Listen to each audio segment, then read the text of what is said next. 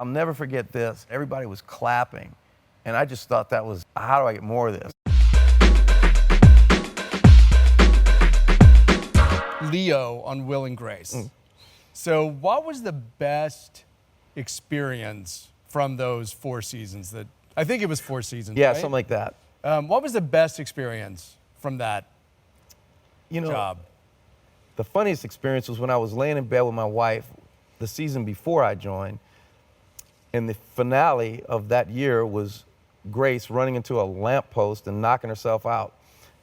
And a white horse comes into the frame, and she looks up and goes like that because like the guy who was going to save her was on the horse. And I remember looking at Jill saying, "Oh, I wonder who that guy is." It was me. I didn't know it at the time.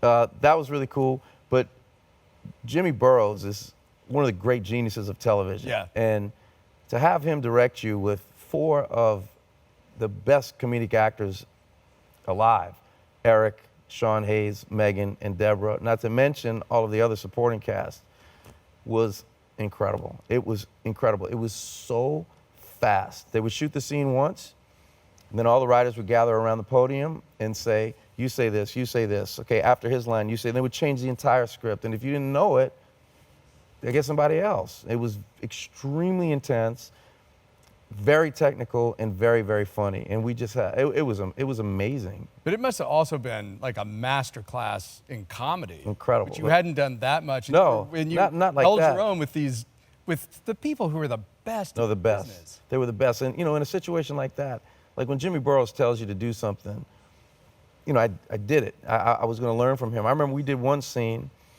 and we were sitting at like a round table or something. And he said, I'm not kidding you. He said, "That table's not funny. We need a square table. That's not funny."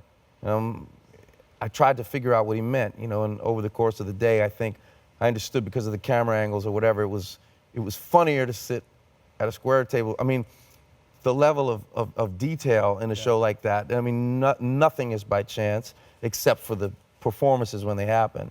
But no, it is a master class. I mean, these people they're the absolute best at what they do. So what do you think Leo and Grace would be up to now? Oh, man. Who knows? Hopefully Leo would have gotten smart and stopped cheating on her. I would go, man. Yeah, you were kind of a dog. Oh, it was terrible. I was in a line to get on a plane in Switzerland once. And an older woman, maybe in her 70s, turned around and looked at me and said, "How could you do that?" And I said, "I'm sorry. I thought you mistaken me for someone else." She goes, "How could you treat her like that?" I'm saying, "Ma'am, I don't know what you're talking about."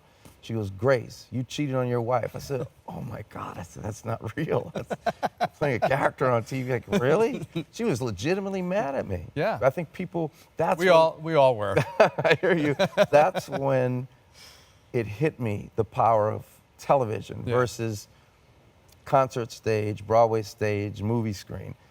You're coming into people's living rooms, which is why I've spent a lot of time thinking about the enormity of the responsibility that I have in this room, because it's a real chance to try to frame the dialogue about what's going on. It's a really incredible opportunity, So that Will and Grace was the first time that it occurred to me that people were sitting there in their underwear, and got to know me like that, which was way different than being on a concert stage.